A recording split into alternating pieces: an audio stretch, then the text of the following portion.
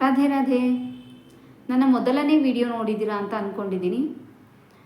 ತುಂಬ ಸಪೋರ್ಟ್ ಮಾಡಿದ್ದೀರಾ, thank you so much. ಇವಾಗಲೂ ಸಪೋರ್ಟ್ ಮಾಡ್ತೀರಾ ಅಂತ ಬಯಸ್ತಾ ಇದ್ದೀನಿ. Please do share, like, subscribe ಅಂತ ಹೇಳ್ತಾ ಶುರು ಮಾಡ್ತಾ ಇದ್ದೀನಿ. ಮಹಾಭಾರತ ಇದು ಒಂದು ಕೌರವರ ಪಾಂಡವರ ಮಧ್ಯೆ ನಡೆದಿರೋ ಯುದ್ಧದ ಕಥೆಯಲ್ಲ. ಮಹಾಭಾರತ ಒಂದು ಧರ್ಮ, ಅಧರ್ಮ, ತ್ಯಾಗ, ಕರ್ಮ ಹಾಗೂ ನ್ಯಾಯದ ಕಥೆ. ಮಹಾಭಾರತದ ಪ್ರತಿಯೊಂದು ಸಂದರ್ಭದಲ್ಲೂ ನಾವು ಜೀವನದ ಪಾಠ ಕಲಿಬಹುದು. ಮಹಾಭಾರತ ಶುರುವಾಗಿದ್ದು ಒಬ್ಬ ಯಶಸ್ವಿ ರಾಜನ ಪ್ರೇಮದ ಕಥೆಯಿಂದ. ಆ ಯಶಸ್ವಿ ರಾಜನ ಹೆಸರು ಶಾಂತನು. ಶಾಂತನು ಮಹಾರಾಜ, ಪ್ರಜೆಗಳ ಪ್ರಿಯ ರಾಜ, ನ್ಯಾಯದ ಪರ ರಾಜ. ಹಾಗೆ ಎಲ್ಲ ದಿಕ್ಕುಗಳಲ್ಲಿ ಇವರ ಕೀರ್ತಿ ಎಲ್ಲ ಕಡೆನೂ ಹರಡಿತ್ತು. ಹಸ್ತಿನಾಪುರ ಗಂಗಾ ನದಿ ತೀರದಲ್ಲಿರೋ ಒಂದು ರಾಜ್ಯ. ಅದನ್ನು ಆಳ್ವಿಕೆ ಮಾಡ್ತಾ ಇದ್ದಿದ್ದು ಶಾಂತನು ಮಹಾರಾಜರು. ಶಾಂತನು ಮಹಾರಾಜರು ಒಂದು ದಿನ ಶಿಕಾರಕ್ಕೆ ಅಂತ ಹೋದಾಗ ಗಂಗಾ ನದಿ ತೀರಕ್ಕೆ ಹೋಗ್ತಾರೆ. ಸಂಜೆ ಹೊತ್ತು ಒಂದು ಸುಂದರವಾದ ಲಾವಣ್ಯವತಿಯಾದ ಮಹಿಳೆನ ನೋಡ್ತಾರೆ. ಅವ್ರ ಹತ್ರ ಹೋಗ್ಬಿಟ್ಟು, ನೀವು ಯಾರು, ಎಲ್ಲಿಂದ ಬಂದಿದ್ದೀರಾ, ಯಾವ ದೇವತೆಗೂ ಕಮ್ಮಿ ಇಲ್ಲ, ಯಾವ ಅಪ್ಸರೆಗೂ ಕಮ್ಮಿ ಇಲ್ಲ, ಯಾವ ನಾಗಕನ್ಯೆಗೂ ಕಮ್ಮಿ ಇಲ್ಲ, ನೀವ್ಯಾರು, ನನ್ನ ಮದುವೆ ಆಗ್ತೀರಾ ಅಂತ ಕೇಳ್ತಾರೆ. ಅವರು ಗಂಗಾದೇವಿ ಆಗಿದ್ದರು. ಅವ್ರು ಹೇಳ್ತಾರೆ, ನಂದು ಷರತ್ತಿದೆ, ಆ ಷರತ್ತಿಗೆ ಒಪ್ಕೊಂಡ್ರೆ ನಾನು ನಿಮ್ಮನ್ನು ಮದುವೆ ಆಗ್ತೀನಿ ಅಂತ. ಆ ಷರತ್ತೇನು ಅಂತಂದರೆ, ನಾನೇನೇ ಕೆಲಸ ಮಾಡಿದ್ರು, ಏನು ಮಾಡ್ತಿದ್ದೀನಿ, ಯಾಕೆ ಮಾಡ್ತಿದ್ದೀನಿ, ಎಲ್ಲಿ ಹೋಗ್ತಾ ಇದ್ದೀನಿ, ಒಳ್ಳೆಯದನ್ನೇ ಮಾಡಲಿ ಕೆಟ್ಟದನ್ನೇ ಮಾಡಲಿ ಪ್ರಶ್ನೆ ಮಾಡೋಂಗಿಲ್ಲ. ಆ ಷರತ್ತಿಗೆ ಒಪ್ಕೊಂಡ್ರೆ ನಾನು ನಿಮ್ಮನ್ನು ಮದುವೆ ಆಗ್ತೀನಿ ಅಂತ.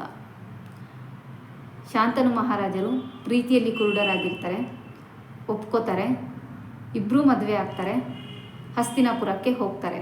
ಅಲ್ಲಿ ಉತ್ಸವ ಶುರುವಾಗುತ್ತೆ. ಎಲ್ಲರೂ ವೆಲ್ಕಮ್ ಮಾಡ್ತಾರೆ.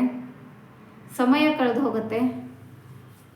ಅವರು ಗಂಗಾದೇವಿಯ ಪ್ರೀತಿಯಲ್ಲಿ ಎಷ್ಟು ಮುಳುಗೋಗಿದ್ರು ಅಂದರೆ ದಿನ ಯಾವುದು ರಾತ್ರಿ ಯಾವುದು ಅಂತಲೂ ಅವ್ರಿಗೆ ಗೊತ್ತಾಗ್ತಿರಲ್ಲ.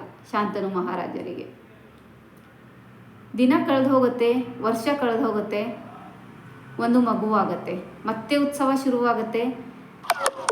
ಶಾಂತನು ಮಹಾರಾಜರಿಗೆ ಹಿಡಿಯೋರು ಯಾರೂ ಇರಲ್ಲ, ಅಷ್ಟು ಖುಷಿಯಾಗಿರ್ತಾರೆ. ಬಟ್ ಅದು ತುಂಬ ಕಾಲ ಇರೋದಕ್ಕಾಗಲ್ಲ.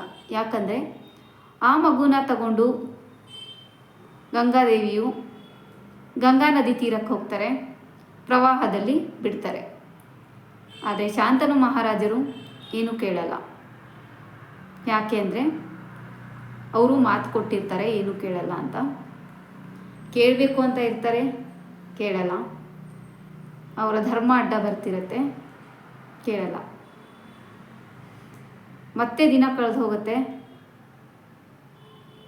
2ನೇ ಮಗು, 3ನೇ ಮಗು, 4ನೇ ಮಗು, 5ನೇ ಮಗು, 6ನೇ ಮಗು, 7ನೇ ಮಗು. 7 ಮಗುನೂ ಹಾಗೆ ಗಂಗಾ ನದಿ ತೀರಕ್ಕೆ ತಗೊಂಡು ಹೋಗಿ ಬಿಡ್ತಾರೆ. 8ನೇ ಮಗು ಹುಟ್ಟತ್ತೆ. ಮತ್ತೆ ಮಗುನ ತಗೊಂಡು ಹೋಗಿ ನೀರಲ್ಲಿ ಬಿಡೋದಕ್ಕೆ ಹೋಗ್ತಾರೆ. ಜನಗಳು ಮಾತಾಡ್ಕೋತಿರ್ತಾರೆ, ಇವ್ರು ಯಾರು, ಇವ್ರು ಯಾವ ಮಹಿಳೆ, ಇವ್ರು ಯಾವ ಮಹಾರಾಣಿ, ಇಲ್ಲ ರಾಕ್ಷಸಿನ, ಮಗುನ ಹೀಗೆ ಕೊಲ್ತಾ ಇದ್ದಾರಲ್ಲ ಅಂತ ಮಾತಾಡ್ಕೋತಿರ್ತಾರೆ. ಆ 8ನೇ ಮಗುನ ಕರ್ಕೊಂಡು ಹೋಗಬೇಕಾದ್ರೆ ಶಾಂತನು ಮಹಾರಾಜರಿಗೆ ತಡ್ಕೊಳ್ಳೋದಕ್ಕೆ ಆಗಲ್ಲ.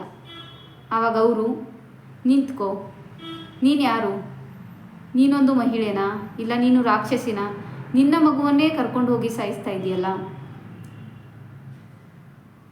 ನಿನಗೆ ಮನಸ್ಸಾದರೂ ಹೇಗೆ ಬರುತ್ತೆ ಆ ಮಗುನ ಸಾಯಿಸೋದಕ್ಕೆ? ತುಂಬ ಚೆನ್ನಾಗಿರುತ್ತೆ ಮಗು, ತುಂಬ ತೇಜಸ್ವಿಯಾದ ಮಗು, ಚಂದ್ರನ ಥರ ಮುಖ, ಚಂದ್ರನ ಥರ ಹೊಳಪು. ಆವಾಗ ಗಂಗಾದೇವಿ ಹೇಳ್ತಾರೆ, ನೀನು ನನ್ನ ಮಾತು ಉಳಿಸ್ಕೊಂಡಿಲ್ಲ, ಸೊ ಇವಾಗ ಸಮಯ ಬಂದಿದೆ, ನಾನು ನಿನ್ನ ಜೊತೆ ಇರೋದಿಲ್ಲ. ಆವಾಗ ಅವ್ರು ಹೇಳ್ತಾರೆ ಅದರ ಹಿಂದಿನ ಕತೆ.